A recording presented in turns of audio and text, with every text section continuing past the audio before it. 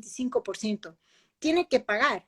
¿Y en qué va a redundar? ¿En el interés superior de esos niños? No, porque igual no van a percibir, porque no pueden ni siquiera percibir lo de mayo porque no se han igualado en las liquidaciones. Y además, un siguiente punto que sí me parece importante topar. La Asamblea el 25 de marzo, la Comisión Reformadora de Niñez, indicó que no va a permitir como forma de pago el pago en especies. ¿Qué significa esto? Significa que obviamente si una persona tiene una tienda de fideos, arroz, no tiene liquidez, no le puede pagar a sus hijos con arroz, con fideos. Claro, obviamente tal vez antes de la pandemia esto se justificaba, pero el 25 de marzo ya estábamos dentro de una pandemia y hubiera sido interesante que se analice el artículo 14 enumerado de la ley reformatoria en materia de alimentos, te acepta como forma de pago la cancelación de gastos directa. Pero la Asamblea, al momento de analizar las reformas, indicó que no pueden aceptar el pago en especies. Entonces, este señor que tiene la tienda, que quiere darles a sus hijos arroz, azúcar, fideo, y que de todas maneras no tiene liquidez, finalmente terminará, obviamente, dándose arroz, azúcar, fideo, pero seguirá con una deuda pendiente por los $200 que están dentro de su SUPA. Entonces, esto a mí me parece desde todo punto de vista que es una ley que no se está adecuando a la dinámica y al drama social que se está viviendo y que además va a ser peor dentro de los próximos meses en cuanto a economía se refiere, porque dentro de los próximos meses es que empezaremos a ver la realidad y la situación en cuanto a empleos, ¿no? Sí, quisiera recordarle a nuestra audiencia que estamos hablando hoy de qué es lo que va a pasar con las pensiones alimenticias luego de la crisis económica que ya estamos empezando a sentir. Es decir, hay muchos padres que están preocupados porque no van a poder cumplir con lo ofrecido, lo comprometido pues con sus hijos, con sus ex esposas. Otros que venían atrasados y como dice la doctora, pues no van a poder tampoco ponerse en este momento al día por que ya, digamos, el tema va mucho más allá de su voluntad. Pero mi pregunta es la siguiente, doctora. Digamos, este es un viejo problema, ¿sí? Y aquí el tema es que en mi caso yo no me puedo poner ni de un lado ni del otro, y no porque sea periodista, ¿sí? Sino porque aquí hay que ponerse del lado de los niños, ¿sí? Así es. Los niños, los hijos de esa pareja en conflicto son quienes en este momento van a sufrir los efectos de la crisis económica por la pandemia, de la falta de acuerdos entre los padres, de las dificultades económicas de uno o de otro, de las taras mentales de uno o de otro, no sé, todos estos problemas que giran alrededor de los desacuerdos y de los inconvenientes entre las parejas. Es decir, en este momento suena lógico decir que si a un padre le bajan el sueldo, tiene que bajar la pensión alimenticia. Es lo que los números 1+1=2 lo dicen. Pero ¿quién se preocupa por lo que pasa con esos niños, que son finalmente los que van a pagar los platos rotos de la pandemia, de la crisis, de la rebaja del sueldo o del desempleo del padre? Así es. Completamente de acuerdo. Cuando vienen los clientes, yo siempre les digo, el defendido es su hijo. No eres tú, la ex cónyuge, es así. Justamente viendo el interés superior de los niños es que se legisla. Y justamente los niños son los que pagan los platos rotos de, por ejemplo, ese dueño de la tienda que no les va, tal vez, yo digo, a dar ni los fideos, ni el arroz, ni nada, porque finalmente también está disponiendo de un recurso con el que tal vez tenga la expectativa de generar el dinero en efectivo que se le está exigiendo. Entonces, la solución pasa, y yo creo que en familia, en los conflictos familiares, por los acuerdos, siempre es lo mejor, tratar de que las partes lleguen a un acuerdo. Pero siendo realistas, esto es sumamente, sumamente imposible en algunas situaciones, en donde no se hablan, ha existido una situación de violencia previa, por ejemplo, que es lo que hablábamos antes, ¿no es cierto? Entonces, ¿cuál es la solución? Yo creo que hay medidas a corto, mediano y largo plazo. A corto plazo, por ejemplo, no es que vamos a condonar la deuda del padre deudor, habilitando el sistema SUPA para que le acepte la pensión de mayo. Ahí queda la deuda de $3,000 que aún el juez no ha dictaminado que cómo lo pague o si hay alguna medida. Pero en todo caso, que pueda el padre o la madre, porque hay alimentantes mujeres también, y esto hay que verlo desde una perspectiva, como tú dices, neutra, no porque yo sea mujer o porque los hombres sean los que normalmente alimentan, ¿no? Hay madres alimentantes y entonces estas madres alimentantes que quieren contribuir, pero no pueden, ¿qué van a tener que hacer? Van a tener que, por supuesto, por lo menos conseguir la pensión de mayo, pagar con las utilidades que recibieron mayo y dejar pendiente la liquidación, pero ya por lo menos está asegurado mayo. Claro, obviamente también pasa por un mediano y largo plazo, que es esto de que ¿por qué no se les va a admitir los pagos en forma directa al colegio, por ejemplo? Ya mismo viene la temporada de matriculación y he escuchado que muchos padres dicen, voy a tener que ceder la matrícula porque no tengo para asegurar alimentación. Entonces, si hay alguno propietario de una escuela, de un colegio, que se le deje que aporte con eso a su hijo y se le reduzca, es lo lógico, es lo equitativo. Y hay medidas a largo plazo, como por ejemplo, que la rebaja pase por un proyecto de ley, ¿no? Esto pasa ya por el proyecto de ley. La rebaja, obviamente, se la admita y genere una rebaja en caso de que el juez dictamine, no de que la parte o el que no quiere pagar, sino que el juez, en base al acervo probatorio, dictamine que procede esa rebaja, que efectivamente no tiene los recursos la persona. Entonces, ¿desde cuándo? Desde la presentación de la rebaja. Entonces, son varias medidas que hay que adoptar, pero hay que discutir por lo menos el tema. Hay que también tratar los criterios para la elaboración de la tabla, porque a mí me preocupa la falta de discusión dentro de la asamblea del tema. Debió de discutirse en otros países, en Costa Rica, por ejemplo, apenas empezó la pandemia, se empezó a discutir este tema. Y en países como el nuestro, no se discute. La asamblea, el ministro de Trabajo dijo, bueno, habría que pensar, qué sé yo, pero no se ha discutido el tema. Claro, porque aquí todo se mezcla con la política, con el año electoral y tal vez de eso decir y plantear ese tema no es políticamente correcto en este momento, lo cual es absolutamente lamentable e inaceptable. Quisiera trasladarte alguna de las preguntas de nuestros y comentarios de nuestros espectadores. Está Adi Escobar, ella dice algo muy acertado. Dice, el incumplimiento de las pensiones alimenticias traerá una boleta de apremio y por ende mayor cantidad de gente en la cárcel en contra de los presupuestos de la CIDH. Eso es cierto, o sea, la ley en este momento no piensa en las coyunturas que se pueden dar en este momento por la situación económica que estamos viviendo a raíz de la pandemia y las boletas de captura siguen siendo una alternativa que puede tener esa madre, en este caso que es casi siempre lo más común, para obligar al padre a ponerse al día, como una herramienta de presión. Es decir, y eso es cierto. ¿Te preocupa, Sonia? Sí, bueno, en la práctica las boletas de apremio se emiten cuando ya realmente, o sea, y debería ser así siempre, cuando ya realmente se le ha notificado con la liquidación, el progenitor o la progenitora no ha cumplido, o sea, última ratio, al final, cuando ya no hay más remedio, ahí debe emitirse la boleta de apremio. Lo que yo creo es que ahora tenemos que pasar por un cambio también en la mentalidad primero de las partes, luego de los abogados, luego de los jueces. Los jueces tienen que flexibilizar, los abogados tenemos que tratar de facilitar acuerdos. Hay abogados que por tal vez tratar de ganar un mejor honorario en el litigio, no tratan de facilitar el acuerdo.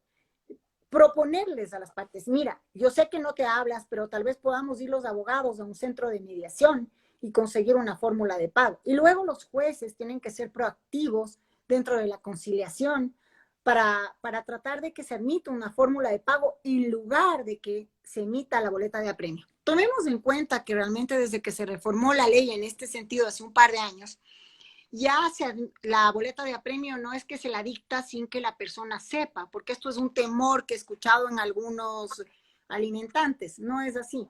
Esto se notifica, el abogado tiene la obligación de notificarle a la parte, viene la aprobación de la liquidación, viene el mandamiento de ejecución, y luego viene una audiencia que se denomina de apremio, en donde el alimentante todavía puede justificar que no tiene ingresos o que tiene algún tipo de enfermedad catastrófica. Entonces, ahí, por ejemplo, en esa audiencia, en los casos en que se quedó sin trabajo por la pandemia, lógicamente el juez ahí tiene que aceptar esa justificación y no dicta la boleta de apremio, sino le ayuda con un acuerdo de pagos.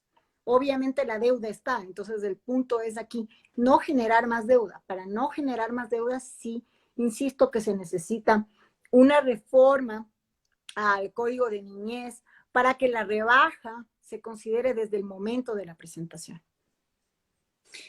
Claro, o sea, digamos, hay bastante trabajo, como tú dices, es un tema que lamentablemente no se le ha puesto la atención y la seriedad que se necesita para poder abordarlo, no solamente en esta época de pandemia, sino siempre. Estos son problemas que son profundamente críticos todo el tiempo y en donde tenemos víctimas inocentes como son los niños, hijos de esas familias.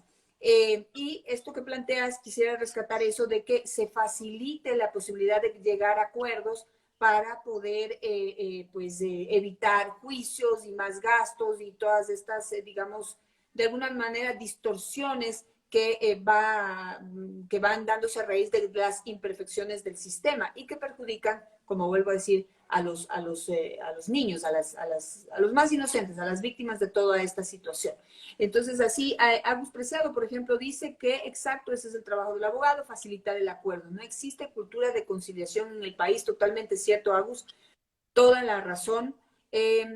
Dice Gary FDR, ¿qué pasa si pese a tener el acta de visitas y estar al día en las pensiones alimentarias, se prohíben las visitas al menor? Ese también es un problema muy duro, porque siempre hablamos y damos a entender como si todos los padres de familia fueran irresponsables, ¿no? Los varones, todos irresponsables y ninguno cumple con sus hijos. Eso no es así. Hay muchísimos padres que cumplen con sus hijos, que incluso les dan mucho más de lo que acuerdan, pero del otro lado ya juega el resentimiento, ya juega como la posición personal de esa madre ofendida, tal vez, no sé, afectada por la ruptura de la pareja, por la traición, por no sé, por cualquier cosa que haya sucedido, y le quitan a ese niño el derecho de ver a su padre, lo someten y lo usan como una herramienta o un elemento de chantaje a ese padre para que se ponga al día, para que pague, en caso de que no esté al día. Pero en caso de que esté al día, también es utilizado como un elemento de chantaje. ¿Qué nos puedes decir ahí,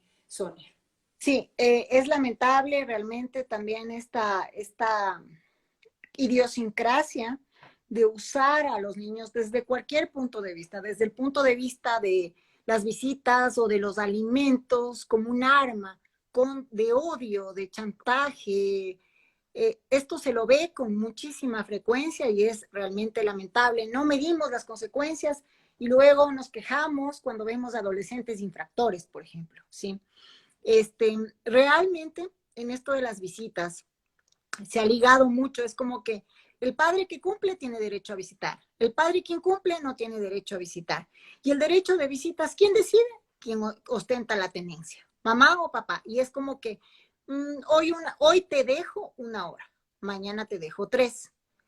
Esto es algo que no se ve como lo que en realidad es, que es un derecho correlativo, tanto de los niños como de los progenitores. Es decir, un niño tiene derecho a saber su identidad, a saber de dónde proviene, a saber, a tener contacto con su familia ampliada. Y claro, existen casos extremos, como por ejemplo, progenitores que cumplen con absolutamente todo y que se realiza el acta de mediación, como era el caso que te ponía la persona de la audiencia. Y claro, obviamente hay en esos casos, ¿qué hacer? Ya agotó la vía del acuerdo, se nota que es una persona pacífica, se nota que prefirió la mediación. ¿Qué tiene que hacer? Ya no le queda más que ejecutar esa acta, es decir, no le queda más que ir ante un juez y pedirle, señor juez, ayúdeme para que cumpla. El problema ahí también pasa por una reforma legal, porque a corto plazo, esto es lo que está sucediendo. A largo plazo, ¿qué va a pasar? Hay una reforma, el mismo proyecto se encuentra dentro de la Asamblea con una reforma al régimen de visitas. Porque, por ejemplo, esto de el término visitas, un visitante es alguien pasajero, es alguien que no está permanentemente. Entonces, desde la misma terminología, pasando porque el régimen debería de asegurar al progenitor que no vive, que no comparte plenamente con su hijo, debería de asegurarle el compartir, por ejemplo, en esta época de pandemia, con comunicación. Eso sí lo pones en las actas de mediación, pero si tú no lo pones, muchas veces yo he estado en audiencias en que los jueces se han negado a poner un régimen de comunicación, en que, por ejemplo, el progenitor que no puede visitar porque se va de viaje por algún asunto de trabajo le pueda llamar a determinadas horas. Entonces, todo esto pasa efectivamente también a largo plazo o a mediano plazo en realidad por una reforma que reposa en la Asamblea ya 2 años al Código de Niñez, también en este aspecto de visitas, ¿no? Denominado visitas, realmente. Sí, es realmente, y este no es un tema producto de la pandemia, este es un tema realmente ancestral, ya diría yo, o sea, no, muy viejo aquí en el Ecuador, estos desacuerdos entre parejas, cómo finalmente terminan perjudicando a los más pequeños, ¿no? Que tienen el derecho de conocer su identidad, de conocer a su padre, compartir con su padre o con su madre, porque también hay casos de padres que tienen la tenencia de los niños y actúan de la misma manera, es decir, esta no es una cuestión que es exclusiva de las mujeres hacia los hombres, hay hombres también que tienen la tenencia de los niños y no permiten que tengan un contacto con sus madres, ¿no? Pero es mucho más común que sea al revés. Y es realmente preocupante y triste. Sí, Saltos Patricio, sí, es una pregunta que ya respondimos, ¿qué va a pasar con, si no me rebajan el sueldo, qué pasa con la pensión alimenticia? Justo la doctora Sonia estaba diciendo que pues va a ser un problema porque el sistema puede analizar que a ti te rebajaron el sueldo, pero la decisión de que tú rebajes la pensión alimenticia puede tomar normalmente de 4 a 6 meses. Entonces va a haber ahí muchos incumplimientos, porque esa es la realidad. Si no tienes de dónde, pues Como cómo pagas. cumplir, ¿no? ¿Cómo pagas? Sí, yo creo que aquí es muy importante, hablemos un poco ya para cerrar, Sonia, de lo que se tiene que hacer a futuro, ¿no es cierto? Hemos hablado de que se tiene que mejorar el sistema de mediación para que los padres puedan llegar a acuerdos efectivos. Hemos hablado que se tiene que mejorar el sistema legal para que no tengamos que esperar 4 o 6 meses para que a uno le rebajen o le incrementen la pensión. Ese caso también se puede dar. Y también yo hablaría en un cambio también de cultura de cada persona, ¿no? Yo he planteado, estuve todo un año, el año pasado, este año ya por todo lo de la pandemia se me truncó mi gira para Mujeres Valientes, en donde yo llevo un mensaje muy potente y muy importante De desde mi punto de empoderamiento. vista, pues, y es de empoderamiento, es decir, no podemos seguir viviendo esta realidad, es decir, que las mujeres creen que se pueden casar con un hombre y vivir, depositar su seguridad, su futuro, su felicidad en manos de este pobre hombre para toda la vida, porque eso es demasiado peso para un hombre. Las verdaderas parejas de hoy tienen que estar mentalmente preparadas, educarse para poder trabajar en equipo, para poder trabajar en pareja, para poder juntos o separados poder trabajar para poder velar por la seguridad de esos niños. Pero esta relación en donde el hombre es la cabeza del hogar y la mujer es una pieza clave, por supuesto, pero que simplemente que se queda sin aportar en la parte económica, ya no es una realidad. Y por el otro lado, tener ese hombre que solamente se preocupa de lo económico y no comparte con sus hijos, no comparte a nivel personal, no establece, no ese lazo, eso tampoco es una realidad. Las parejas de hoy tienen que ser un equipo para ya dejar de tener mujeres que tienen que rogar por una pensión alimenticia y también dejar de tener hombres que tienen que ver cómo extienden el salario de 200, de $400, que es el mínimo, para mantener 3 o 4 hijos que se tuvieron en esa pareja, ¿no? No sé qué piensa Sonia de lo que yo planteo. Completamente de acuerdo y efectivamente creo que la mujer ecuatoriana tiene que empoderarse ya y ahora yo creo que con la pandemia ya no va a poder darse estos hogares que tú describes con el hombre en su tradicional rol de cazador impositivo que llega, pone la presa sobre la mesa y se va a dormir mientras la mujer ha estado cocinando, lavando, planchando y mientras mejor es la presa, la mujer más tranquila, ¿no? En esta analogía realmente prehistórica, que es la que yo creo que cabe para lo que tú acabas de decir realmente y que es una realidad palpable y patente. ¿Cuántas mujeres soportan años de martirio, efectivamente, solo por mantener lo que llaman la condición de vida a la que han estado acostumbrados sus hijos, que ellas no van a poder garantizar por no haber ejercido su profesión. Aquí hay un tema interesante y es que, por ejemplo, en países como Francia, en los estados de Estados Unidos, existe la pensión compensatoria hasta que la mujer logre equilibrarse. Eso sería interesante hablarlo para una reforma. El alimony que indican en Estados Unidos, la pensión de subvención que dicen en Francia, y es una cuestión que pasa por una buena reivindicación de lo que es la equidad en esto. Porque una mujer que actualmente es adulta mayor y que ha dedicado su vida a sus hijos, pero que es una profesional, una médica que abandonó su profesión y que optó por un rol, esa mujer obviamente va a tener necesidad durante un tiempo hasta equilibrarse. Y no te estoy solamente diciendo 70 años, te hablo de mujeres de 40, mujeres de 30 que se dieron 10 años de su profesión. Necesitan equilibrarse. Y en eso viene esta pensión compensatoria cuando hay un divorcio, que eso no existe en el Ecuador. No se ha hablado y se tendría que hablar, que se tendría que pasar como una reforma. Lo que tenemos es obviamente dentro de lo que es la violencia intrafamiliar. Pero yo me pregunto, ¿por qué solo en los casos de violencia intrafamiliar va a haber una compensación para la excónyuge? ¿Acaso estamos tendiendo a que todas aleguen violencia para poder equilibrar la condición de vida? No, tenemos que pensar en algo sustentable, en donde efectivamente la mujer ya tiene otro rol. Las mujeres ahora, codo a codo, necesitamos soportar el hogar. Y eso lo tenemos que hacer y lo hemos hecho desde nuestras historias personales, como profesionales o no, tratando efectivamente de lograr una mejor condición de vida para los hijos. Pero esto no implica que esta condición nos la tenga que garantizar un hombre. Esa idea tiene que ser abandonada. Así es. Rigoberto Peñarera dice, es la mala idea que tienen todos el machismo, ahora estamos viviendo la igualdad entre los hombres y las mujeres. Todavía no, Rigoberto, todavía no. Realmente en estos países, más allá de las leyes, más allá de la realidad que vivimos, está nuestra idiosincrasia.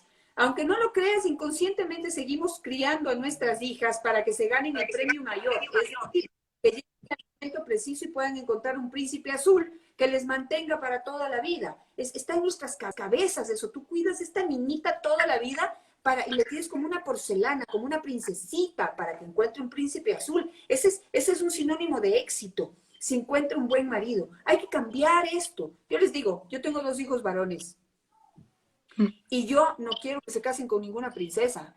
Gracias. Si tienen Claro. a sus hermosas niñas, lo respeto muchísimo, pero yo quiero que mis hijos escojan mujeres valientes para que los acompañen en la vida, a luchar en la vida. Mujeres profesionales, mujeres educadas, mujeres que puedan aportar en el hogar y que además le inviten a mis hijos a compartir el hermoso papel de ser padres de familia para poder incrementar ese lazo y realmente trabajar en equipo entre todos, ¿no? Luchar entre dos por los sueños es mucho más fácil que depositar esa responsabilidad, gran responsabilidad de ella y de toda su familia a una sola persona que es el hombre de la casa. Fíjense, y quisiera sus comentarios para saber qué piensan sobre esto, ¿no? Y la clave aquí está, esto tenemos que cortarlo. Dejen de criar princesas y empiecen a criar mujeres valientes. Dejen de criar machitos y empiecen a criar hombres valientes, que busquen, que se den cuenta que hay que trabajar en equipo, hay que trabajar en igualdad y que sí, mira, siempre se piensa que es que la mujer se queda embarazada y tiene que cuidar a los bebés. Sí, obviamente, tiene que hacerlo un tiempo y en ese tiempo quizás el hombre tiene que enfrentar esos gastos y esa economía de ese hogar, ¿sí? Pero ¿qué pasa cuando el hombre se enferma? ¿Se han puesto a pensar? ¿Acaso los hombres son infalibles? ¿No se pueden enfermar? Que esa mujer esté preparada también para darle la mano a su esposo. ¿Qué pasa cuando ese hombre se queda sin trabajo? Como está ocurriendo en este momento. ¿Qué pasa? Que entonces el uno se queda sin trabajo y la otra llora al lado de él. No puede ser posible. Tenemos que cambiar esta realidad.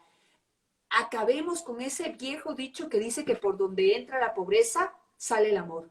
Eso no puede seguir pasando, porque detrás del amor salimos las mujeres. Y miren que yo soy súper pro mujer, pero la única forma de dejar, de acabar con esta drama de mujeres que tienen que estar rogando por una pensión alimenticia y de hombres que luchan contra el sistema porque de una u otra manera muchos no pueden pagar, hay otros que sí no lo hacen, no vamos a hablar de esos ahora, pero hay muchas cosas sobre las cuales hay que trabajar. Y hay que trabajar en independencia económica. Sonia, no sé qué pienses y con esto cerramos. Si realmente Claro. es independencia económica en la que hay que trabajar ahora una alternativa para poder minimizar, acabar, controlar con todos estos problemas que tenemos ahora por diferencias económicas entre ambos. En una pareja. Completamente de acuerdo, Janet. Yo siempre les digo a mis clientes que no pueden dejar que el hombre les mire como una niñera y que ellas no pueden mirarlo como una billetera, porque el punto es que si el hombre te mira como una niñera, el servicio, que es muy digno, por supuesto, se paga, ¿no es cierto? Y entonces, con esta mentalidad, ¿qué fomentamos? Fomentamos que el momento en que una persona rompe su matrimonio es un fracaso y fundamentalmente se lo mira en la sociedad como que fuera todavía el fracaso de la mujer. Y la mujer luego, cuando se vuelve a casar, ¿cuál es la frase que se utiliza? Ha rehecho su vida, por fin rehace su vida. Entonces, ¿qué significa? Se destrozó la vida con el divorcio, cuando las cosas no son así. El divorcio es un remedio, una solución para conflictos y las mujeres no pueden pensar que por asegurar la condición de vida de los hijos tienen que tolerar un infiernillo que los hijos se dan cuenta el momento que están dentro de la situación, porque además muchas piensan que el hijo no se da cuenta, que es chiquito, que el hijo no se daba cuenta de nada, y luego yo he tenido casos que los hijos, alumnos universitarios, han venido y me han dicho, siendo mis alumnos, que le ayude a su madre a divorciarse, que la madre no se atreve y que ellos vienen a pedir y han hecho ellos la reunión con sus madres, imagínate. Entonces, ¿esto qué significa? Hombres, ¿no? Hijos hombres. ¿Qué significa esto? Significa realmente que hay que hacer un cambio de mentalidad total y que este cambio pasa por efectivamente, ya, dejémonos de pensar que el salir a trabajar es cuestión de, no está tan bien para el cierto nivel, hay mujeres que trabajan y otras que no. Al contrario, el estudio de la mayoría, yo tengo ahora en la Universidad Católica donde imparto clases y he visto el incremento de las estudiantes mujeres. En la época en que yo estudiaba éramos poquísimas mujeres todavía. En la época actual ya esto son más mujeres, muchos cursos yo tengo de más mujeres que de hombres, lo cual está muy bien, pero ¿qué pasa con esa inversión? Hay que mirar que el estudio de todas nosotras es una inversión propia en cuanto a tiempo, en cuanto a esfuerzo, y de los padres y propia en cuanto a económica. Y tú no echas por la borda una inversión. Si compras una acción, no la vas a meter en un cajón, vas a tratar de que rinda utilidades, ¿no es cierto? Entonces, cuando el estudio es una inversión, ¿por qué lo tienes que meter en un cajón? ¿Por qué no aplicarlo? Ahora se ha visto con esto de la pandemia, eso es algo que me ha gustado bastante. Mujeres recursivas que tenían tantos emprendimientos propios y que por fin los vamos a poder alcanzar de manera directa gracias a que dentro de todo no hemos podido salir y hemos conocido a estas microproductoras, microemprendedoras. Esto debe continuar porque efectivamente ninguna economía ecuatoriana va a resistir con un solo salario para todos, definitivamente. Bueno, me quedo con eso, simplemente leo esto que me deja, quiero manifestar mi solidaridad. En la mediación, dice Juan Carlos supongo que se llama Ochoa, en verle a mi hijo un fin de semana al mes y un día cada semana. El fin de semana al mes hasta ahora no se me permite. La mediación se dio en octubre de 2019. Realmente lo siento mucho, Juan Carlos. No sé qué habrá pasado entre tú y tu pareja, pero quien más va a pagar los platos rotos es ese niño que estoy seguro que te necesita y te extraña muchísimo. Y también quiero solidarizarme con tu expareja, porque algo profundo debe estar sucediendo en ese corazón para tomar esa decisión tan dura de no permitirle a su niño compartir con su padre como es su derecho. Pero bueno, muchísimas gracias a todos. Gracias, Sonia, por haber hecho este contacto. Quiero dejarles a todos con este tema y con esta necesidad. Necesitamos seguir trabajando en el tema del emprendimiento, pero tenemos que entender bien qué es un emprendimiento. Justo ahora me estaban diciendo que yo dije un día algo que a veces yo digo cosas que le hace falta que quizás una mayor explicación. Y yo digo que durante todo el 2019, créanme, visité un montón de ferias de mujeres en donde intentan emprender, en donde intentan desarrollar sus emprendimientos, pero que no comprenden bien qué es un emprendimiento. Un emprendimiento no consiste en fabricar una artesanía muy bonita, por cierto, muy esforzada, por cierto, con un único capital, pero que no deja de ser un producto comercial. No es lo mismo un negocio en donde vendes cosas que un emprendimiento. Es muy importante comprender esa diferencia porque allí está la diferencia, o allí está el futuro de las mujeres y de los hombres también, en ese empoderamiento económico. Tener Así es.